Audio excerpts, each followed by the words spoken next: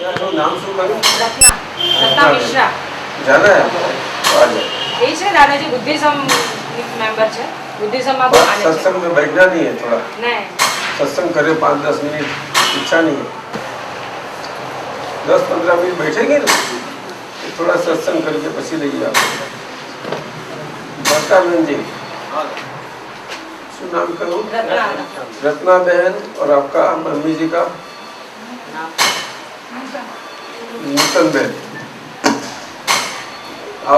आप कौन सा मानती है?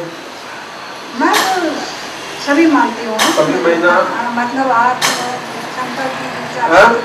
शंकर की पूजा भी करती हूँ। सभी सभी देवी देवताओं को मैं मानती हूँ। क्या? सभी को मानती हूँ मैं। शंकर की पूजा करते हैं, लेकिन कृष्ण भगवान की कहाँ करते हैं? हाँ, कृष्ण भगवान की भी करती हूँ। करते हैं? जी जरूर। जरूर। और माई भगवान की? हाँ, अगर नवरात्रि होती है तो मैं भाई महावीर? हाँ, नहीं महावीर की तो बस दिन के दिन करती हूँ, रोज नहीं। महावीर भगवान जानती है? हाँ जी, बिल्कुल जानती हूँ। उनकी पूजा करती है आप? जी पक्की? जी। हाँ, कृष्ण भगवान की और शिव जी की करती है, महावीर भगवान की भी करती है? हाँ, मंगल के दिन जैसे हाँ? जैसे मंगल का दिन होता ना, दिन के दिन करती हूँ मैं। कौन सा दिन? जैसे मतलब पूजा का दिन होता ना, उसी तरह से बुद्ध करती हूँ। भगवान की? हाँ, बुद्ध भगवान की तो मतलब मैं करती हूँ मैं, ये थोड़े दिन से ही मतलब। गणपति भगवान की? हाँ? अम्बा माता? सब भगवान की? और माता जी कितने माता जी? वैष्णो देवी की? तो खास करके अमरनाथ जी गई आप? क्यों नहीं गई? अच्छा। तो बुद्ध भगवान आप मानते हैं? बुद्ध भगवान शब्द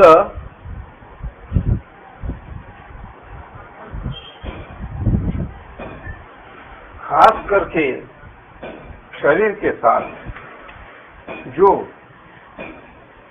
परमात्मा योग शरीर के अंदर परमात्मा प्रकाश के स्वरूप से आत्मा का परमात्मा प्रकाश है, ऐसा जो जिनके शरीर के अंदर वो आत्मा स्वरूप से परमात्मा प्रकाश स्वरूप से हो गए हैं, शरीर से बिल्कुल अलग। वैसे जो कोई है वो परम पवित्र पुरुष बोले जाते हैं, उन्हें अरहत पुरुष बोले जाते हैं। क्या बोलते हैं? अरहत समझती है? अरहत एनलाइटेंड और परम पवित्र बोलते हैं। लेकिन अपने भारत में हम व्यवहार में लोक भाषा में अरहत शब्द में सभी को ले लेते हैं। जो ये सभी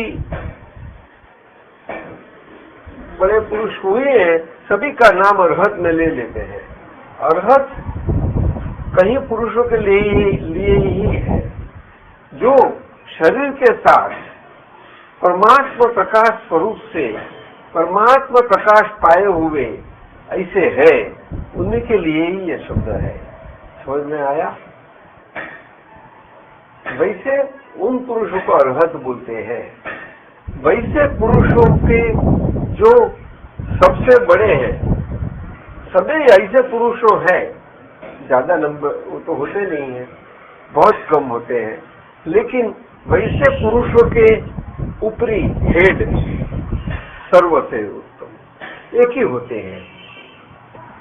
वो एक होते हैं, वो परमात्मा कहे गए, शरीर के साथ उनको परमात्मा बोलते हैं, और वहां भगवान शब्द लागू होता है। ये सही भाषा में, भगवान की भाषा में, भगवान की भाषा लोग और लोग व्यवहार में जो भाषा चलती है ऐसी नहीं होती। भगवान की भाषा के अनुसार अलौकिक होती है। समझ में आए? इसीलिए ये भगवान शब्द दो ढंग से आज विश्व में प्रचलित है।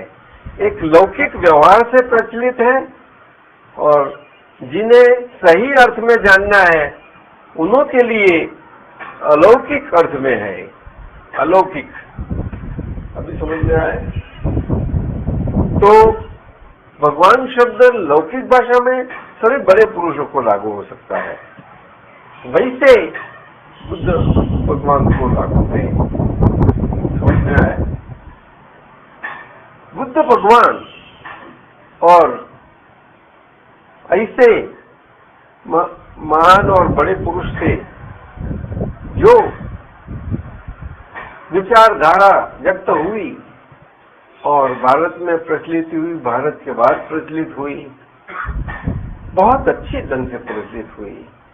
वो विचारधारा आत्म संबंधी ही थी, लेकिन वो विचारधारा में थोड़ा सा जो फर्क आ गया, फर्क के हिसाब से वो बुद्ध की विचारधारा अलग हो गई। बुद्ध की विचारधारा वहां आत्मा और आत्मा का स्वरूप जो माना गया वो विचारधारा के अनुसार क्षणिक माना गया। क्षणिक मालूम है?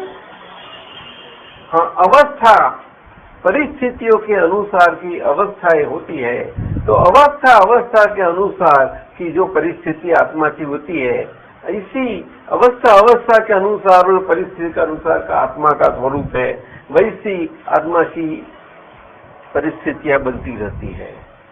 और इस ढंग से आत्मा एक नहीं है, अनेक है। समझ है? और वो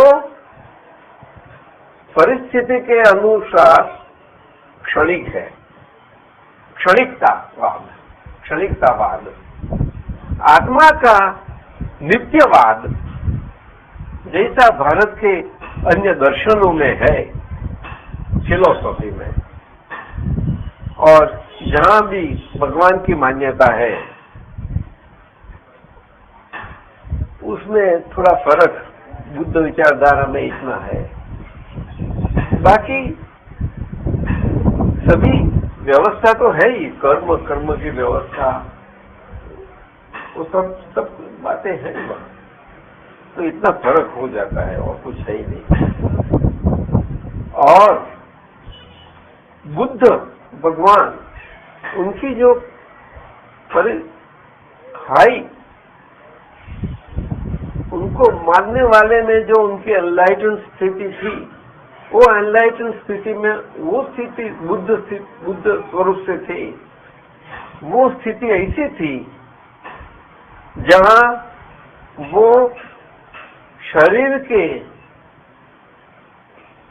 द्वंद्वातीत गुणों वाली परिस्थिति वाला जो सारी अवस्थाएं हैं, वो सभी अवस्थाओं में से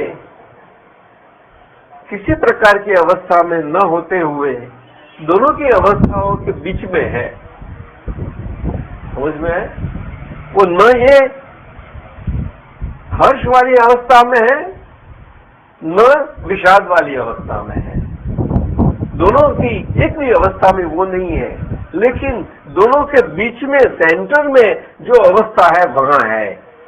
मैना जो सेंटर दोनों के बीच में जो मध्य है, वो मध्य में हर्ष और विषाद, वो दोनों की अवस्थाएं वो वहां होती ही नहीं।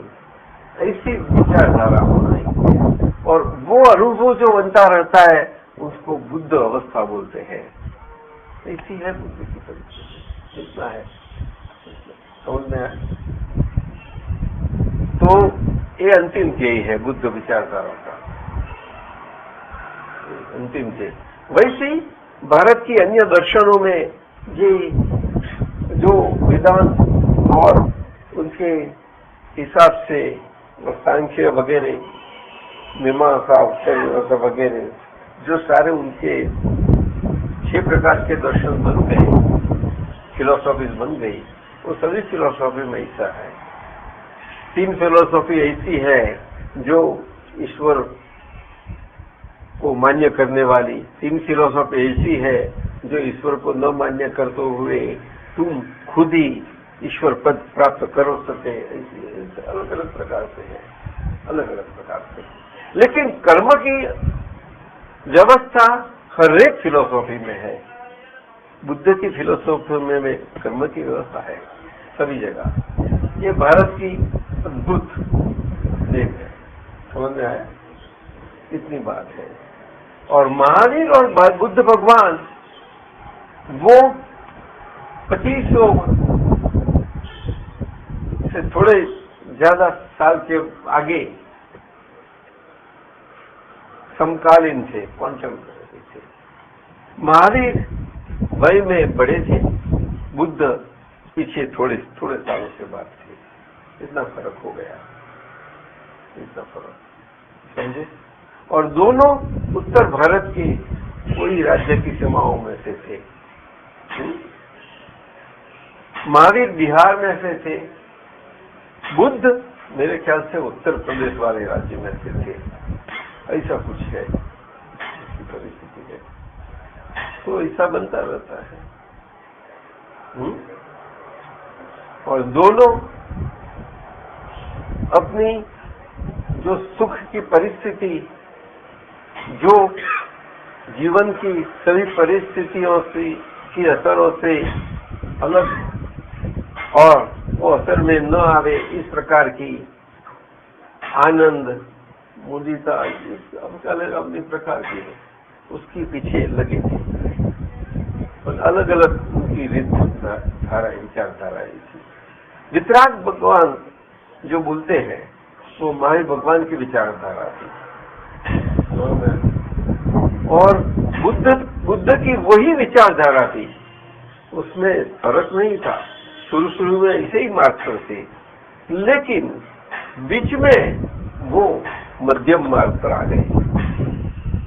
तब त्याग जिसमें थे तब तक थे, लेकिन पीछे उन्हें जब थोड़ा सा प्रकाश आया तो वो प्रकाश में से वो थोड़ी डाइवर्ट हो गए, मध्यम मार्ग पर स्टेबिलाइज हो गए।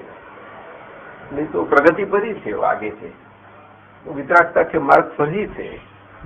समझ में आए? लेकिन वितरागता के मार्ग पर से चलित होते वो आखिर बुद्धि के मार्ग पर आ गए। लेकिन बुद्धि का ऊंचा मार्ग था उनका, वो बुद्धि का मध्यम मार्ग था।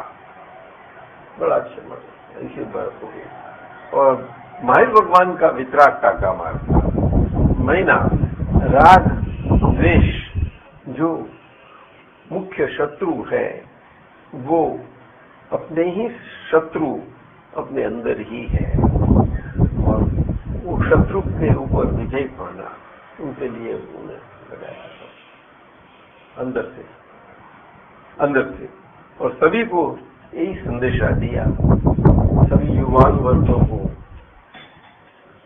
छोटे से लेके बड़ों को, सभी को, गांव वाले को, शहर वाले को, सभी को यही संदेश दिया कि भाई जीवन में शरीर है तो शरीर के साथ तू बाहर झगड़ता रहता है, झगड़ा करता रहता है, मारपीट करता रहता है, दूसरों को मारता है, हिंसा करता है। वो न करते, तू अपने दरअसल तेरा शत्रु अंदर है, तू मानता है बाहर है, एक गलत बात है। शत्रु कहाँ है और तू कहाँ उनके लिए ढूंढता, वहां झगड़ा करता रहता है और अपना रास्ता तू उल्टा रास्ता पर चला जाता है और अपने आप को ही दुखी कर लेता है खुद से। शत्रु की शत्रुता तो मिटती ही नहीं, कभी बढ़ती ही जाती है। ऐसी बात बनती है, वो तो अंदर है, अंदर जो। तो तू अपने खुद के साथ झगड़ा, युद्ध करना हो तो कर, फाइट कर, जो कुछ खुद के साथ कर, लोगों के साथ मत कर। क्यों कि शत्रु अंदर पड़े हैं। तो तेरे खुद के सर की रण युद्ध भूमि, युद्ध करने की भूमि और कहां नहीं मिलेगी। ये कुरुक्षेत्र इतनी अच्छी युद्ध भूमि नहीं है जितनी तेरी खुद की, अपनी खुद की भूमि है। समझ में आया तेरे ना?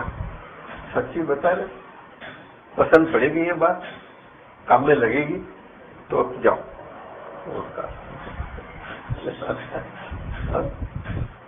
बच्ची को अच्छी बात की, काम में आए, जाओ। हाँ, जय सच्चिदानंद। ऐसा नहीं जा सकते हो, ऐसा नहीं जा सकते हो, ऐसा नहीं कर सकते। जय सच्चिदानंद। ठाकुर भाई, તમે આયા છો પછી થોડી વાત કરજો। એસએમ ઠાકોરભાઈ જોડે વાત કરીએ। અમેરિકાથી આવ્યા છે, એન્જિનિયર સાહેબ મોટા। કયા ડિપાર્ટમેન્ટના એન્જિનિયર હતા બોલો? સાચું કહી દો, સાચું કહો બધાને। ક્યાં હતા? કઈ ડિપાર્ટમેન્ટ? વડોદરા મ્યુનિસિપાલિટીમાં કે કઈ? અમદાવાદની? વોશિંગ્ટન કયા? ભારતના કયા ખૂણામાં આવ્યું?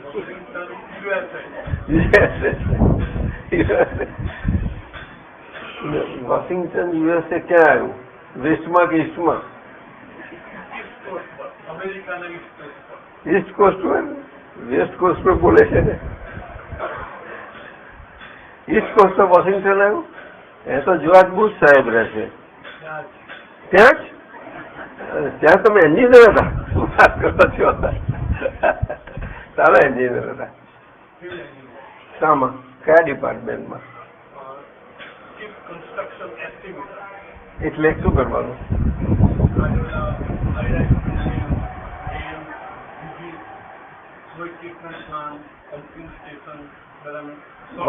વોટર સપ્લાય નું નહીં, વોટર સપ્લાય બહુ મોટી વસ્તુ થઈ ગઈ ત્યાં। એ બધું એસ્ટિમ બહુ મોટો જબરજસ્ત છે। આ બધું પાણી પાણી જ છે બે બાજુ એરિયા બધું નહીં? તો વર્જિનિયા કયો એરિયા કે છે? Waste northern Virginia. રિટાયર ત્યાંથી છે એ યા એટલે શું?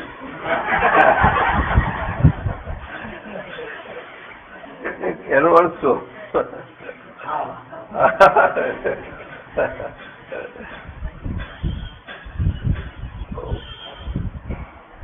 બહુ મજાના છે ઠાકોરભાઈ।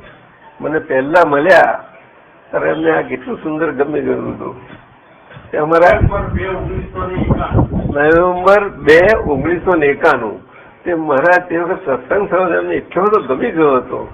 અને આપણા ઠાકોરભાઈ જોડે હતા તે અમારે મારી જોડે ત્યાં અમેરિકામાં હતા ત્યારે એ લખ્યા કરે, એ લખ્યા કરે તેમાંથી પેલા આપણા અનુભવ સૂત્રો કરેલા ને એમને બધા લખેલા જુદા કાઢેલા, અમને જોવામાં બહુ ગમે અમને। આ તો બધાને સારું પડશે, કામમાં લાગે એવું છે, મજા આવશે, કે મને આપી દો તમે। એમને પછી ભેગા કર્યા નહીં, એ નિમિત્ત બનેલા હતા એ ઠાકોરભાઈઓ, એમને એન્કરેજ કર્યા પેલા, એમાંથી ઝેરોક્સ કરીને હાથ લખેલું પેલું કર્યું। ત્યાર પછી અમને માથા મેં આ કેમ નવું માથાકૂટ ઉભી કરતા હશે? શું સત્સંગ કર્યા કરો બેઠા બેઠા આ માંજગળોમાં ક્યાં પડે છે? થોડો વખત તો બહુ ખાસ એ ધ્યાન નહીં આપેલું, પછી આ બહુ વધારે પાછળ પડ્યા। એમને એમનું હાથનું લખેલું છે, થોડી હાથની લખેલી તો અમે ઝેરોક્સ તો કરાવો તો હું કરી લઈશ કે છે તમને। આપણે અહીંયા અમેરિકામાં કામમાં લાગે બધા, કરો ત્યારે થોડું તમે બહુ ઉવાપો કરવાની મજા નથી આમાં, શું કરીને કરશો? એમ કરીને ચાલુ કર્યું। મહેશભાઈ શું કરું? कैसा बन जाता है बताओ ना आप, कैसा होता है? हाथ से मैंने हाथ जोड़े છે જો આ મહેશ હાથ જોડે, મમ્મી ખરા છે મમ્મી જોયા કરે છે। ક્યાં જુઓ છો તમે? તમે એને નમસ્કાર કરો છો, તમે જે જે કરો છો એ મને કરો તો જ હું કરું નહીં। તમે કરો છો એમને રોજ? રોજ સવાર ઉઠશે ને રોજ? નથી લાગતો જે ક્યાંથી કરે તમને? સત્યાન કરું પગે નથી લાગતો, ના ચાલે. કામ કરો બધું.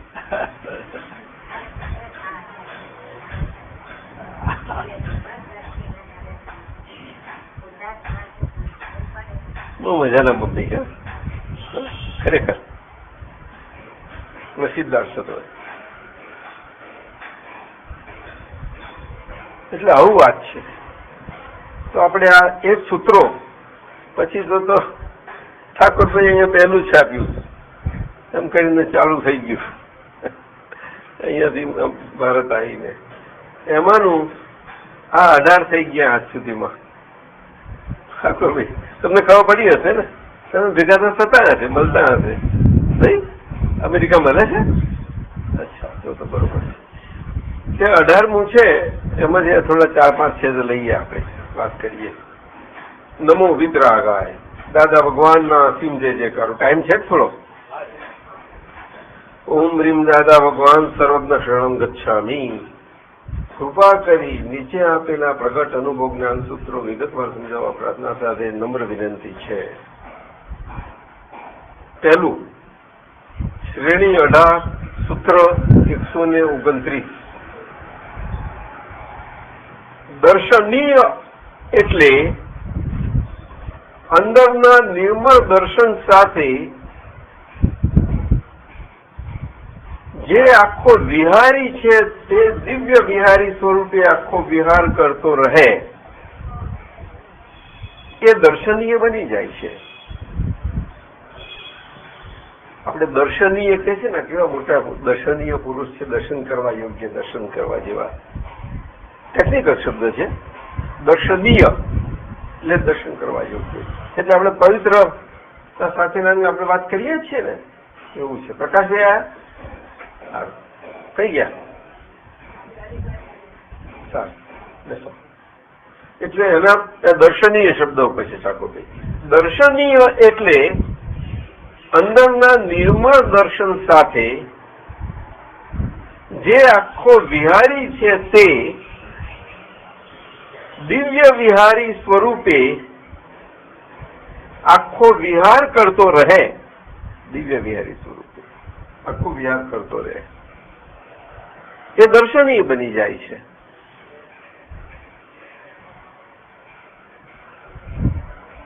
જે વિહારી છે તે દિવ્ય વિહારી સ્વરૂપે. દિવ્ય એટલે છૂટો પડેલો, એટલે નોખો, સ્પષ્ટ. વિહારી વિહાર કરે છે અને વિહારી વિહાર કરે છે દર્શન સાથે દર્શનીય. એ દર્શનીય બની જાય પછી બને ને સાહેબ. પછી સૂત્ર 135. ઠાકોરભાઈ આગલું બરોબર છે કે નહીં? બીજું સૂત્ર 135 શ્રેણી 18 માંથી. અપાદાન શક્તિ ઉપાદાન શક્તિની શેડો લાઇટ છે. અપાદાન શક્તિ ઉપાદાન શક્તિની શેડો લાઇટ છે. મતલબ બરોબર છે. આ શક્તિ જીવનમાં, આ જગતમાં અને વિશ્વમાં આ ક્રિયાશીલ પણ બધું દેખાય છે. બધું ક્રિયાવાળું જગત આખું જેના આધારે આ જગત છે, કાર્યના આધારે બધું ક્રિયાવાળું એ શક્તિથી છે. અને એમ હોવાને કારણે શક્તિ આ જગતમાં મુખ્ય વસ્તુ છે.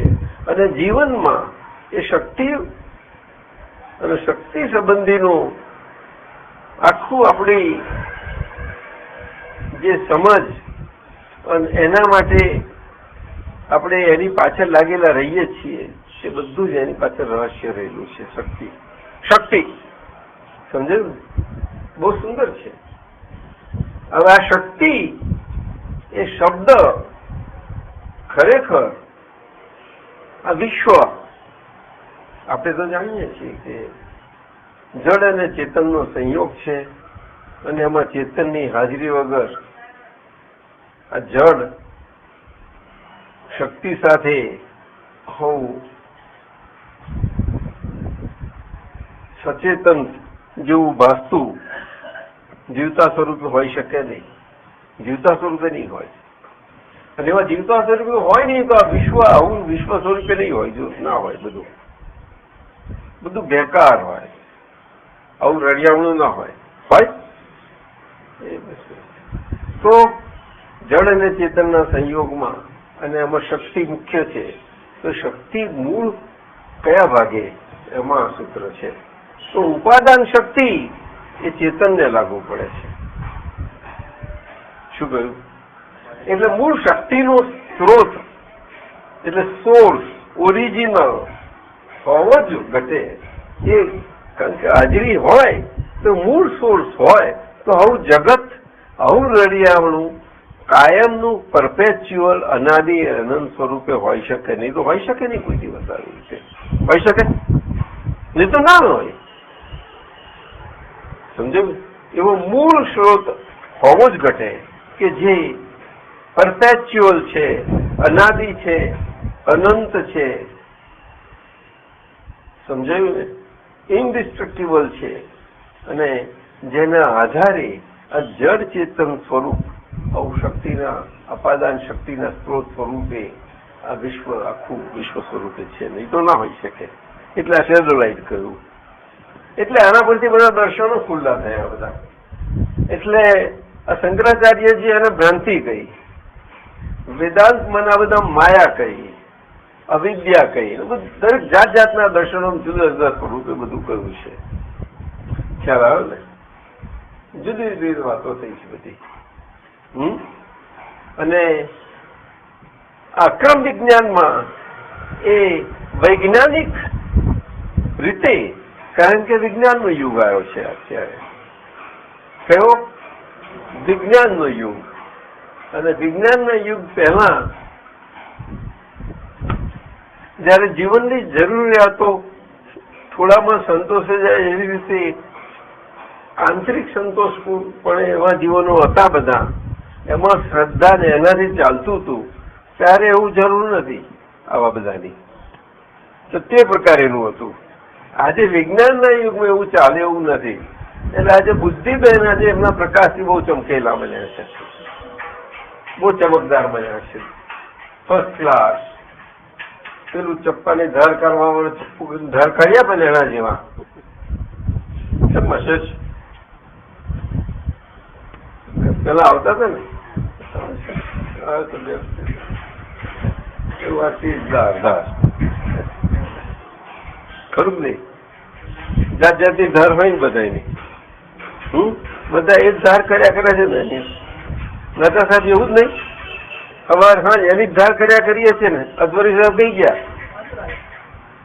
આપણે થોડી ધાર કાઢ્યા કરીએ છીએ બુદ્ધિની. હે? પણ કોઈને વાગે ને એની કાળજી રાખીએ નહીં.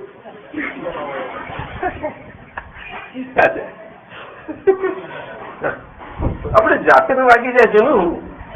આની અસર છે તે.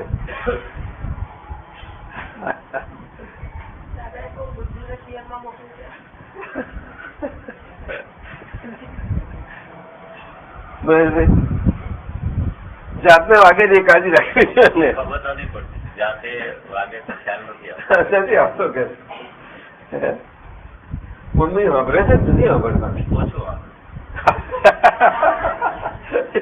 સારું તો મારે જરા સાંભળતા સારું પડે. સત્સંગ ચાલે એમને આનંદ, સત્સંગમાં આનંદ બહુ આવે છે. બહુ આનંદ બહુ આવે છે. કાંઈ રહ્યા જ કરે છે એમને. આમ જ રહ્યા કે દાદાની શિબિરમાં જ રહ્યા હતા. દાદાની કૃપા બહુ છે. અને સાત જમ્યા તો પેલા દવાખાનામાં જયા ત્યાર પછી કેવા જુઓ ને તેવા તાજા થઈ ગયા. જુઓ તો ખરું દવાખાનામાં જઈને ખરું જ નહીં. જયારે કોઈ કહે નહીં કે દવાખાનામાં ગયા હતા, કે કોઈ એવું છે. એટલે અપાદાન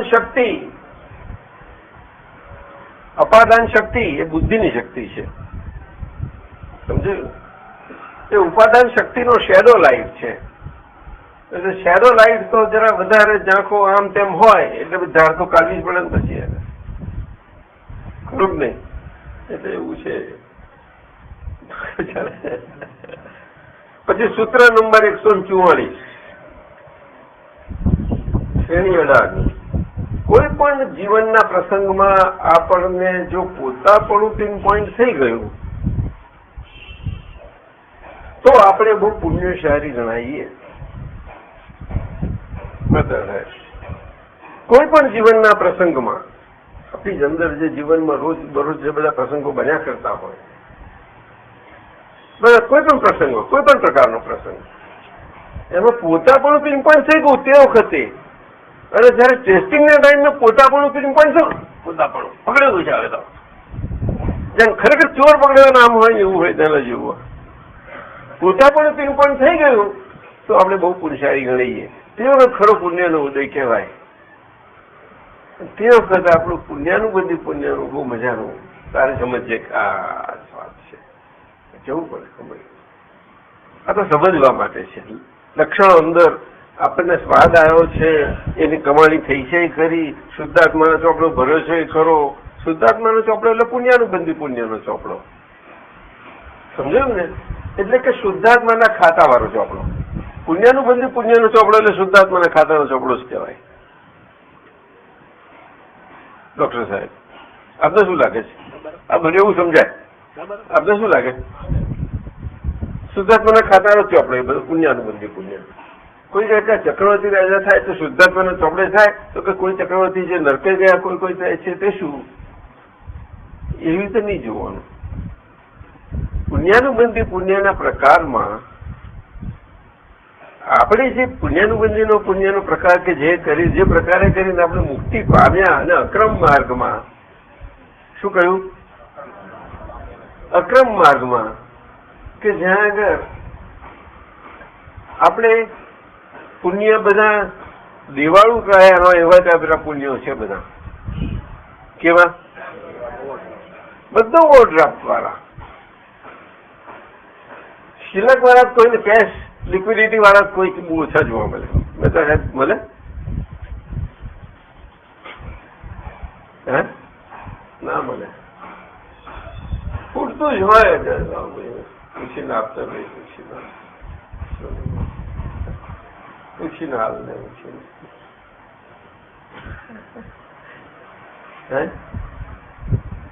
પૈસા વાળાને પણ મહેતા સાહેબ એવું હોય હે? પણ પૈસા રોકડા હોય પેલા ખરેખર બધાની બેંકમાં હોય તો એ લોકોને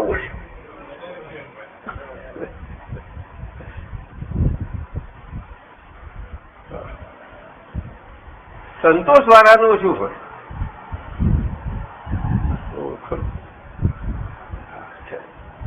જે છે તેમાં સંતોષ, બસ. બીજું કાંઈ ભાનગડ જ ના. ખાલી ભાનગડ ના કરતી હોય. પણ જેટલો ભાગ ભાનગડ નો રહે એ બધો ઓવરડ્રાફ્ટ વાળો ભાગ. એવું છે ખરું કે નહીં? એટલે આપણે આપણી પુણ્યનો પ્રકાર ત્યાર પછી શુદ્ધાત્માનું ખાતું ભરાય છે ને, એ શુદ્ધાત્માના ખાતાના વારો છે. એ સમજવા જેવું છે. એટલે એવી રીતે સમજવાનું કે બુદ્ધિ ચલાવવાની જરૂર નથી કે આવું ને તેમ ને એવું બધું કઈ જ કરવાની જરૂર નથી. ક્રમ ને અક્રમને સરખાવા જેવું છે જ નહીં. હું તમને કહી દઉં, બીજું ગોટાળા થઈ જાય એવું છે. પેલા તો રેગ્યુલર વાળા બધા વાત જ નહીં કરવાની એમની. આ તો આપણે આઉટ ઓફ ક્રમ, બિલકુલ આઉટ ઓફ ક્રમ. બધા ક્રમમાં ફેલ થયેલા બધા. સમજાય? સીધા પાર જાઓ. હવે તમે તમારું પૂરું કરી લો.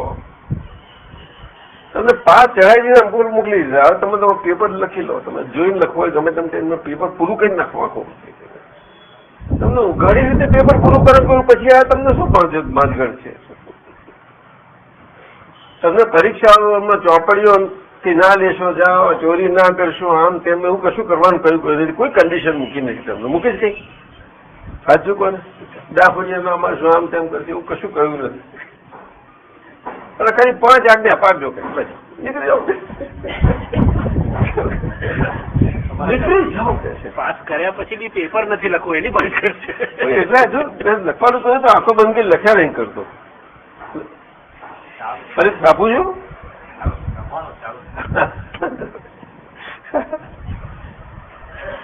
કોઈ પણ જીવનના પ્રસંગમાં આપણને જો પોતાપણું પીપણ થઈ ગયું ભરતાનંદજી, સમજાયું ને, તો આપણે બહુ પુણ્યશાળી ગણીએ. બરોબર છે? સાચું? ચાલો આગળ. સૂત્ર 197 શ્રેણી 18. રિલેટિવ અને રિયલનો ભેદ જેને અનુભવ સહિત વર્તે છે. રિલેટિવ અને રિયલનો ભેદ જેને અનુભવ સહિત વર્તે છે. વર્તે છે બહુ મોટો શબ્દ છે. એને જ વ્યવસ્થિત બોલવાનો અધિકાર છે.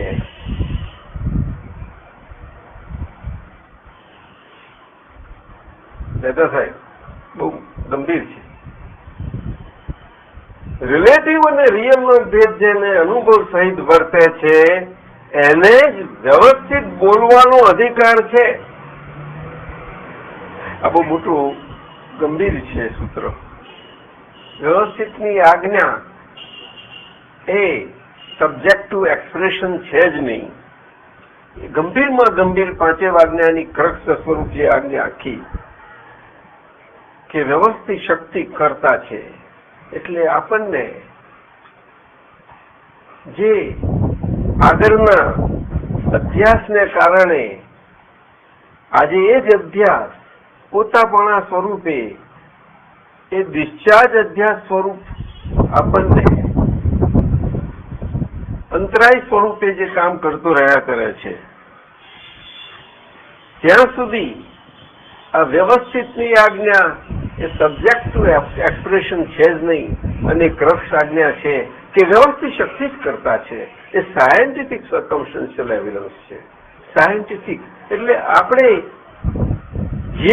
જેવી રીતે ફસાયા છીએ એ આપણો ફસામણનો ભાગ જ આ પોતાપણ સ્વરૂપે નીકળી રહેલો છે બધો. એટલે એ જેવી રીતે દ્રવ્ય ક્ષેત્ર કાર અને ભાવથી અને ભાવના હિસાબ આગળ અજ્ઞાન ભાવના જેવા પ્રકારના હિસાબ હતા એમાં એ હિસાબના સમ ટોટલ સ્વરૂપે છેલ્લા વખતે જે ફસામણ હતી એ બધું જ એ આખો સરવાળો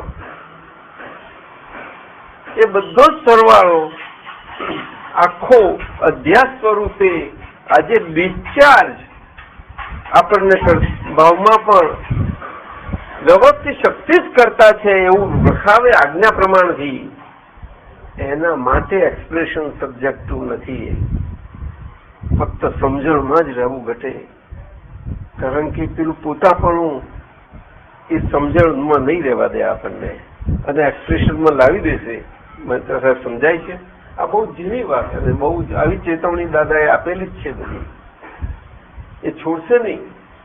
અને આપતા વાણી વાંચીએ, દાદાનું ખૂબ સાંભળ્યું હોય, દાદાનો સત્સંગ ખૂબ સાંભળ્યો હોય, એમની જોડે નિકટતા કેવી હોય, આપણે અંદર ખૂબ ચાલ્યું હોય અને વાણીને સત્સંગને એના હિસાબે આપણે બહુ ચાલ્યા કરતું હોય અને વ્યવસ્થિત સંબંધી આપણાથી કોઈને નીકળતું હોય તો પણ ચેતી અને સમજીને કે દાદાનું છે અને હું દાદાનું પીરસું છું, આટલું રાખે તો વધારે સારું. બાકી હાથમાં પકડવા જેવું નથી. આ કાળમાં અનંત અવતારોની દાદાની શોધ કે વ્યવસ્થિત શક્તિ કરતા છે એ કઈ એટલી સહેલાઈથી હાથમાં વર્તના સ્વરૂપે આપણી પાસે આજ્ઞાધર્મથી રહેવી જેવી તેવી વસ્તુ નથી સાહેબ. દીપકભાઈ, અધવરી સાહેબ, સમજે ને? બહુ સમજવા જેવું છે. બહુ ગંભીર છે. આ ગંભીરતાની એટલા માટે છે કે આપણે આપણી વ્યક્તિગતતા કરીને આપણો આજ્ઞાધર્મ છે એ આજ્ઞાધર્મની ગંભીરતા સચવાઈ જણાય એના માટે છે. બીજું કશું કારણ નથી. આમાં કોઈનો ભૂલ કે દોષ જોવો કે એ વાત નથી, એટલું સમજી લેજો. એવું હોઈ શકે જ નહીં. સરવારે તો જ્યાં જે બને છે તે બને છે. બાકી જેને ભૂલો જોવી છે પોતાના સ્વક્ષેત્રમાં, ક્યાં પણ ભૂલ અને ભૂલનો સ્કોપ છે ત્યાં થતી ભૂલોમાં ભૂલ સ્વરૂપે જોયા કરવું, તેના માટે વસ્તુ સમજવાની છે. બરોબર? આટલું છે. તો એના માટેનું આ ગંભીર સૂત્ર છે. રિલેટિવ ને રિયલ નો ભેદ કયો છે ને, એ ભેદ વિજ્ઞાન છે ને, જેને અનુભવ સહિત વર્તે છે, અનુભવ સહિત, એને જ વ્યવસ્થિત બોલવાનો અધિકાર છે. ત્યારે વ્યવસ્થિત આજ્ઞા બચ્યા વગર જેવું બનશે જ નહીં વર્તનાર. છેલ્લું સૂત્ર 204 શ્રેણી 18. સૂત્ર 204 શ્રેણી 18. જ્ઞાન એ લોકાલોક પ્રકાશક છે. લોક અને અલોકને પ્રકાશે છે અને તે તત્વે કરીને સમવર્તીપણે અને તે તત્વે કરીને સમવર્તીપણે સમયવર્તીપણે સમય સમયવર્તીપણે ફરતી બોલીએ આપણે. જ્ઞાન એ લોકાલોક પ્રકાશક છે, લોક અને અલોકને પ્રકાશે છે અને તે તત્વે કરીને સમયવર્તીપણે. શું કહ્યું?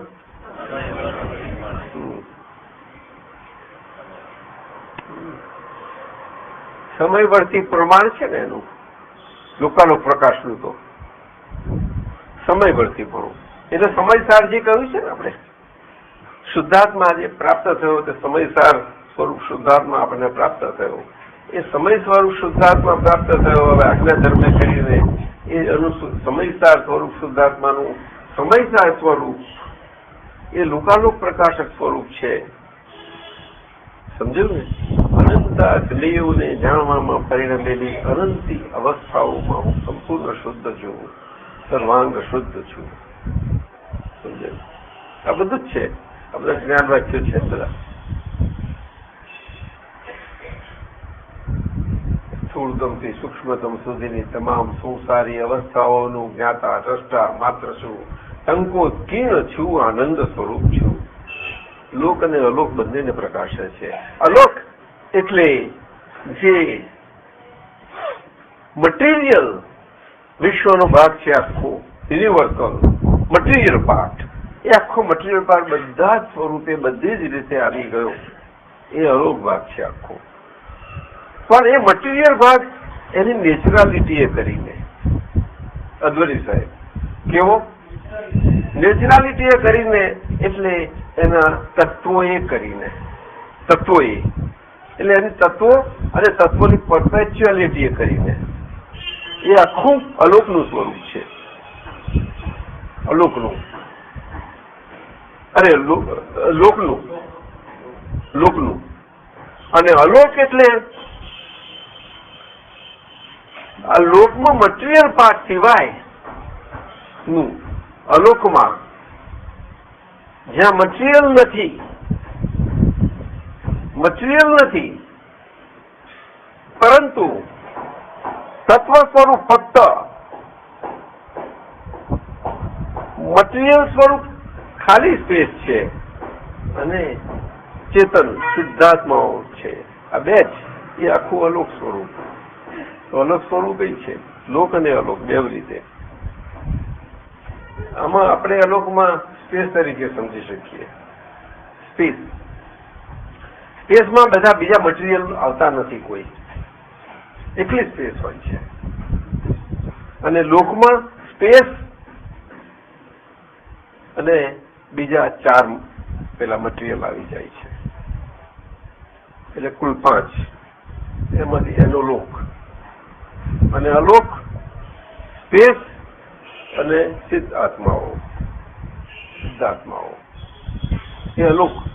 હવે અલોકનો ભાગ લોકાગ્ર કહેવો છે એને, એટલે અગ્રથી એ જ્યાંથી શરૂઆત થાય છે અલોકની, એ અગ્રભાગ આખો અગ્રભાગ લોકાલોક પ્રકાશક છે. તો અહીંયા આગળ લોકમાં રહીને લોકાલોક પ્રકાશક હોય એથી જેવી તેવી વાત ના હોય ને, સમજાય છે ને?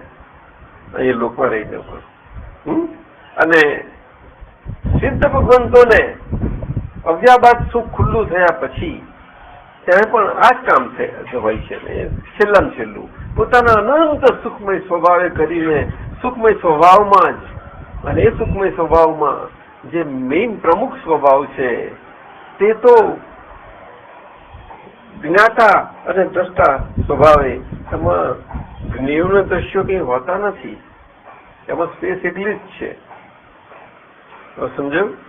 એમાં પણ એમાં એ આખું અલોકનું સ્વરૂપ અને નીચે લોકમાં બધા જ્ઞેયોના દ્રશ્યો એનું ખરું.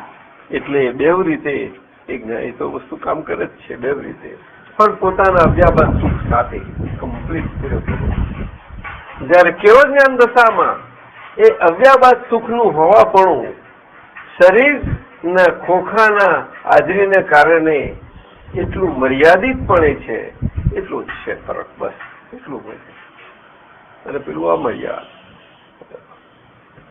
અનંત સુખ ખુલ્લું થઈ ગયું. જય સચ્ચિદાનંદ.